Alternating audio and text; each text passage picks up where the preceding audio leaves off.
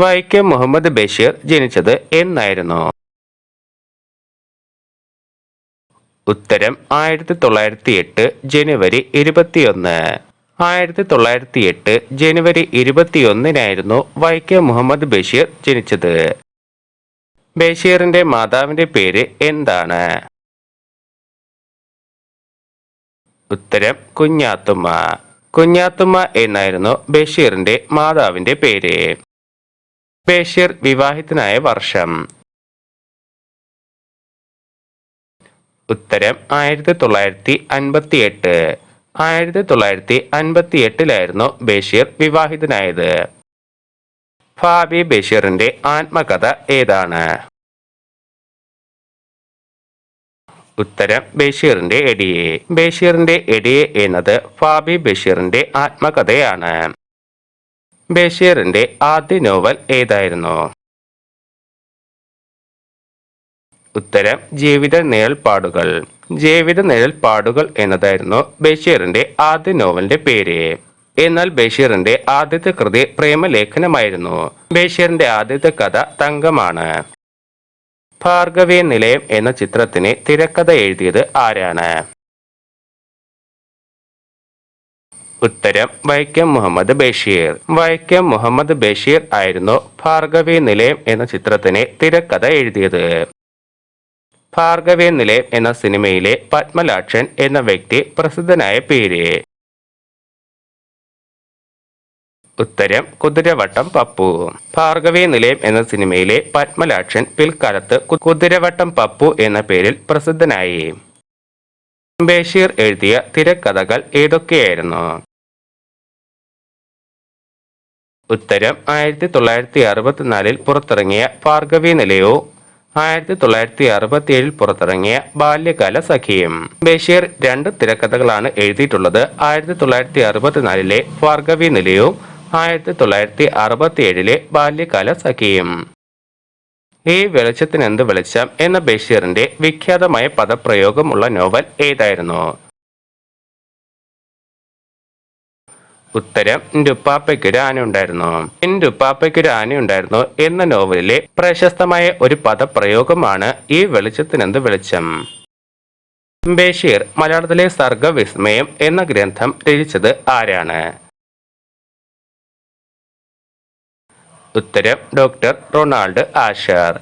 Doctor Ronald ആഷറുടെ ഗ്രന്ഥമാണ് ബഷീർ മലയാളത്തിലെ സർഗവിസ്മയം. ബഷീറിന്റെ ബാലസാഹിത്യ കൃതി ഏതാണ്? ഉത്തരം സർപ്പയജ്ഞം. സർപ്പയജ്ഞമാണ് ബഷീറിന്റെ ബാലസാഹിത്യ കൃതി. മതിലുകൾ എന്ന സിനിമ സംവിധാനം ചെയ്തത് ആരാണ്? ഉത്തരം അടൂർ ഗോപാലകൃഷ്ണൻ. മതിലുകൾ എന്ന സിനിമ സംവിധാനം ചെയ്തത് അടൂർ ഗോപാലകൃഷ്ണനാണ്. ഭാരതത്തിൽ സാഹിത്യത്തിന് നൽകുന്ന ഏറ്റവും വലിയ പുരസ്കാരം ഏതാണ്? ഉത്തരം ജ്ഞാനപീഠം. ഇന്ത്യയിൽ സാഹിത്യത്തിന് നൽകുന്ന ഏറ്റവും വലിയ പുരസ്കാരമാണ് ജ്ഞാനപീഠം. ജീവിതത്തിൽ നിന്നും പറിച്ചു ചീന്തിയ ഒരു ഏടാണ് ഇത്. വാക്കുകളിൽ ചോര പുരണ്ടിരിക്കുന്നു എന്ന് MP പോൾ വിശേഷിപ്പിച്ച ബഷീറിന്റെ കൃതി ഏതാണ്? ഉത്തരം ബാല്യകാല സഖി. ജീവിതത്തിൽ നിന്ന് പറിച്ചു ചീന്തിയ ഒരു ഏടാണ് ഇത്. വാക്കുകളിൽ ചോര പുരണ്ടിരിക്കുന്നു എന്ന് MP പോൾ വിശേഷിപ്പിച്ച ബഷീറിന്റെ കൃതിയാണ് ബാല്യകാല സഖി. സാഹിത്യ രംഗത്ത് ഏറെ വിമർശനങ്ങളുണ്ടാക്കിയ ബഷീറിന്റെ കൃതി ഏതാണ്? ഉത്തരം ശബ്ദങ്ങൾ. സാഹിത്യ രംഗത്ത് ഏറെ വിമർശനങ്ങളുണ്ടാക്കിയ ബഷീറിന്റെ കൃതിയാണ് ശബ്ദങ്ങൾ. ഒന്നും ഒന്നും ഇമിനി ബല്യ ഒന്ന് എന്ന പ്രയോഗം ഏത് പുസ്തകത്തിലാണുള്ളത്? ഉത്തരം ബാല്യകാല സഖി. ഒന്നും ഒന്നും ഇമിനി ബല്യ ഒന്ന് എന്ന പ്രയോഗം ബാല്യകാല സഖി എന്ന പുസ്തകത്തിലാണ് ഉള്ളത്. തന്റെ കുടുംബ വീട്ടിൽ കഴിയവേ ബഷീർ എഴുതിയ കുടുംബകഥ ഏതാണ്? ഉത്തരം പാത്തുമ്മയുടെ ആട്. ബഷീറിന്റെ കുടുംബ വീട്ടിൽ കഴിയവേ ബഷീർ എഴുതിയ കുടുംബകഥയാണ് പാത്തുമ്മയുടെ ആട്. ആനവാൽ കിട്ടാൻ ബഷീർ നടത്തിയ ഗംഭീര പ്രയത്നത്തിന്റെ കഥ ഏതാണ്? ഉത്തരം ആനപ്പൂട. ആനവാൽ കിട്ടാൻ ബഷീർ നടത്തിയ ഗംഭീര പ്രയത്നത്തിന്റെ കഥയാണ് ആനപ്പൂട എന്ന കൃതിയിൽ പറയുന്നത്. അനുഗ്രഹീതനായ ബഷീർ ആരുടെ രചനയാണ്? ഉത്തരം തരകൻ KM. അനുഗ്രഹീതനായ ബഷീർ തരകൻ KM ആണ് രചിച്ചത്. സാഹിത്യത്തിലെ ആധുനികതയുടെ ശബ്ദം എന്ന് അറിയപ്പെടുന്ന ബഷീറിന്റെ കൃതി ഏതാണ്? ഉത്തരം ശബ്ദങ്ങൾ. സാഹിത്യത്തിൽ ആധുനികതയുടെ ശബ്ദം എന്നറിയപ്പെടുന്ന ബഷീറിന്റെ കൃതിയാണ് ശബ്ദങ്ങൾ. ഇരുട്ടിൽ ഉറങ്ങാതിരിക്കുന്ന ഒരാൾ എന്ന വിജയകൃഷ്ണന്റെ കൃതി ആരെക്കുറിച്ചുള്ള പഠനമാണ്? ഉത്തരം വൈക്കം മുഹമ്മദ് ബഷീർ. വൈക്കം മുഹമ്മദ് ബഷീറിനെ കുറിച്ചുള്ള വിജയകൃഷ്ണന്റെ ഒരു പഠനമാണ് ഇരുട്ടിൽ ഉറങ്ങാതിരിക്കുന്ന ഒരാൾ. പാത്തുമ്മയുടെ ആട് എന്ന നോവൽ പ്രസിദ്ധീകരിച്ച വർഷം? ഉത്തരം 1959. 1959 പാത്തുമ്മയുടെ ആട് എന്ന നോവൽ പ്രസിദ്ധീകരിച്ചത്. സ്ഥലത്തെ പ്രധാന ദിവ്യൻ എന്ന നോവൽ പ്രസിദ്ധീകരിച്ച വർഷം?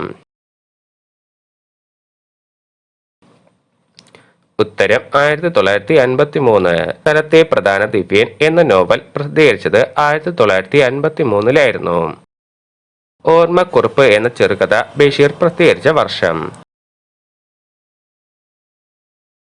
ഉത്തരം 1946. 1946 ഓർമ്മക്കുറിപ്പ് എന്ന ചെറുകഥ ബഷീർ പ്രസിദ്ധീകരിക്കുന്നത്.